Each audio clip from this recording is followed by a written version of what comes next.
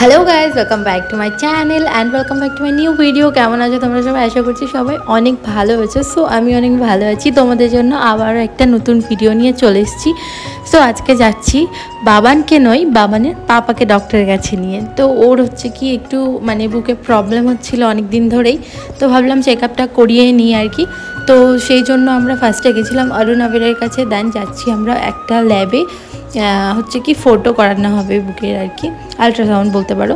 তো তারপরে আমরা বেরিয়ে পড়েছি একবারে অটো ধরে, কারণ এখান থেকে অনেকটা দূর, আমাদের বাড়ি থেকে অনেকটাই দূর যেতে হবে, প্রায় 10 থেকে 20 মিনিটের ওপরে রাস্তা ওটা গাড়িতে।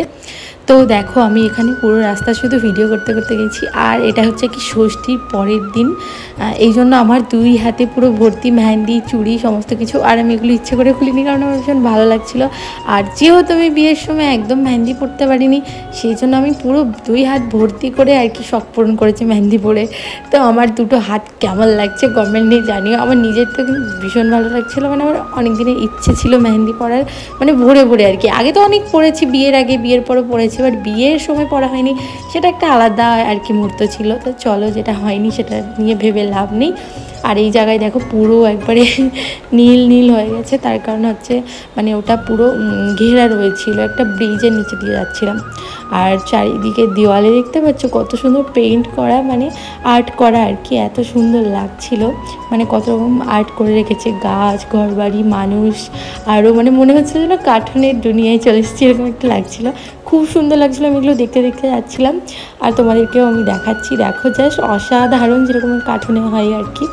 তো ওই যে বিল্ডিংটা দেখতে পাচ্ছ তার পাশেই আছে, তো আমরা এখানে নেমে পড়বো। তো আমি এখানে রিলসও বানিয়েছিলাম, তোমরা অলরেডি দেখেছো। রিলস, ফটো অনেক তুলেছিলাম আর কি, মানে জায়গাটা এত সুন্দর ছিল, তার উপর দিয়ে আর কি মানে খুব ভালো লাগছিলো ফটো তুলতে। তো আমরা অনেক ফটো তুলেছিলাম, এখানে রিলস বাগারা বানিয়েছিলাম। তো চলো, ওই যে বড় আগে আগে যাচ্ছে, আমি বললাম আমি একটু মানে আর কি লিটিপিটির যাই, আমি একটু আস্তে হাঁটতে বেশি পছন্দ করি আর কি, মানে চাইলেও আমি জোরে হাঁটতে পারি না। তো আমার ফেসের অবস্থা দেখো পুরো ফাসিনা ফাসিনা। আমি বলছিলাম যে আমাকে একটা রিলস বানিয়ে দাও, ও বলছে না এখন আর দেবো না রিলস বানিয়ে, এত রোদে হাসুর গরম লাগছে। তারপর দিয়ে টুপিটা আমরা নিয়ে আসতে ভুলে গেছি। এই যে এইখানে আর কি ফটো করানো হবে। তো চলো আমরা যাই ভিতরে। আর মানে বেশি টাইম লাগেনি, তবু আর কি মানে তাড়াতাড়ি হয়ে গেছিলো। তো এই যে আমি মানে আমার বর একটু করে যাচ্ছে, আবার আসছি আমি, তারপর আবার একটু করে যাচ্ছি, মানে কচ্ছপটাও মানে আমার থেকে তেজ চলে, আমি এত ধীরে ধীরে যাই। তো চলো ফাইনালি ভিতরে চলে এসেছি। আর এখানে এই যে আর কি পেপার বাগারা জমা দিচ্ছিলাম আমি, যেহেতু মানে তোমাদের দাদাভাই বাবানকে ধরেছিল, এই জন্য সমস্ত কিছু আমি করছিলাম। আর ওই যে ও হচ্ছে কি আসলেই ওই ঠাকুরটার কাছে ঘুরবে, আগে আমরা এসেছি, আসলেই ওখানে যে ঠাকুর দেখতে যাবে। তো চলো, এই জায়গায় জানি না কী ভিডিও করেছে আমার বর, বাট আমার হাতের মানে রিংগুলো এত চমকাচ্ছিলো, তারপর দিয়ে মেহেন্দিটা, এই জন্য ভাবলাম চলো এটা আমি ব্লগের মধ্যে অ্যাড করে দিই, তোমরা বলো মেহেন্দিটা কীরকম লাগছে। আর এই যে এখানে আমি মানে সমস্ত কিছু যা যা লাগবে ডকুমেন্টস বগেরা আমি সমস্ত কিছু দিচ্ছিলাম আর বলছিলাম। তো চলো আর কি, এবার আমাদেরকে ওয়েট করতে হবে, তার কারণ মানে ডক্টর এখন বিজি রয়েছে, তারপর আরও পেশেন্ট আছে আর কি। তো চলো বেশিক্ষণ ওয়েট করতে হয়নি, তার কারণ আমরা সকাল সকাল এসেছিলাম, ওই 10টা 11টার দিকে এসেছিলাম।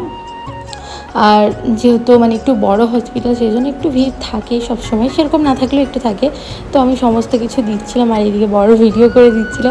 আমি ওকে বলছিলাম যে ভিডিও করবা তুমি, কারণ মানে অনেক দিন হলেও সেরকম ব্লগ দেওয়া হয় না। তো ভাবলাম তোমাদের সাথে আবারও মানে ডেলি ব্লগ দেবো, আস্তে আস্তে শুরু করবো আগের মতো ভিডিও দেওয়া। এখন আর সেরকম ভিডিও দিতে পারি না, তার কারণে একটু ব্যস্ত হয়ে গেছি। আর তার মধ্যে তো কমেডি ভিডিও বানানো শুরু করেছি, ওটাতে আরও মানে ব্যস্ততা মানে বেড়ে গেছে বলতে পারো।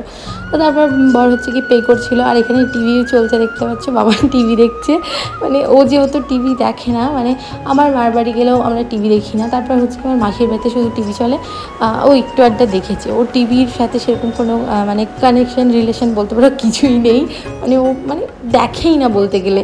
তো চলো, আমাদেরও কারোরও পছন্দ না টিভি, কারণ বাড়িতে এই 6-7টা করে ফোন থাকা সত্ত্বেও আবার যদি টিভি লাগাই, টিভিটা কে দেখবে। আরও এই জন্য কি আমরা টিভিটাকে স্কিপ করেই চলি। তো চলো আমরা এখানে ওয়েট করছিলাম, আসলে ও ভিতরে গেছে। তো আমরা এখানে ঠাকুরের কাছে প্রে করছিলাম। আর বাবান দেখো ঠাকুর দেখতে ভীষণ পছন্দ করে, তো ও দেখছিলো, আর এদিকে আমি ভিডিও করছি বলে ভিডিওর দিকেও তাকাচ্ছে। তো আমরা কিছুক্ষণ ওয়েট করার পর হচ্ছে কি ফাইনালি চলে এসছে, মানে 5 থেকে মানে 8 মিনিট মতো লেগেছিলো। তো আমরা যখন ওয়েট করতে করতে তারপর আমাদেরকে বললো তোমরা বাইরে বসো, রিপোর্ট মানে আর কি এখনই দিয়ে দেবে। তো এই জন্য আমরা এখানে বসে পড়েছি টিভি দেখতে। মানে টিভিতে কিছুই চলছে না, জাস্ট এটাই দেখাচ্ছে আগুন জ্বলছে বাস। মানে যখন টিভিটা লাগানো হয়েছে তখন কিছু একটা চলা দরকার ছিল না। আর এই যে দেখো কত লোক পিছনে বসে রয়েছে। তারপর ফাইনালি আমরা মানে বাইরে চলে এসেছি, আমাদের ওখানকার কাজ কমপ্লিট। আর এই যে রিপোর্টটাও দিয়ে দিয়েছে। তো রিপোর্টে কী এসছে না আসছে আমি সেটা তোমাকে অন্য কোনো ভিডিওতে জানাবো। আর এই যে আমরা এখানে ওয়েট করছিলাম, তার কারণ বাবানের পাপা গেছিলো জুস আনতে। তো ফাইনালি নিয়ে চলে এসছে হচ্ছে কি আখের জুস। তো যেহেতু সেরকম আর কি খাওয়া হয় না, আর আমার একদম পছন্দও না আখের জুস, ভালো লাগে না, বাট সেই তাও জোর করে নিয়ে এসছে, বলছে খেতেই হবে। তো বাবানকে খাওয়াচ্ছি, ওর রিয়াকশান দেখো। মানে আমি না নোটিস করেছি আমার যেটা খেতে ভালো লাগে না সেটা বাবানেরও খেতে ভালো লাগে না। মানে আমি অ্যাপেল খাই না, ওর অ্যাপেল একদম পছন্দ না।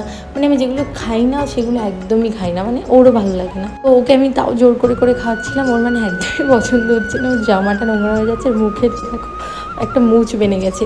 তো গাইজ চলো আজকে ভিডিওটা আমি এখানেই শেষ করছি। কেমন লাগলো অবশ্যই কমেন্টে জানিও।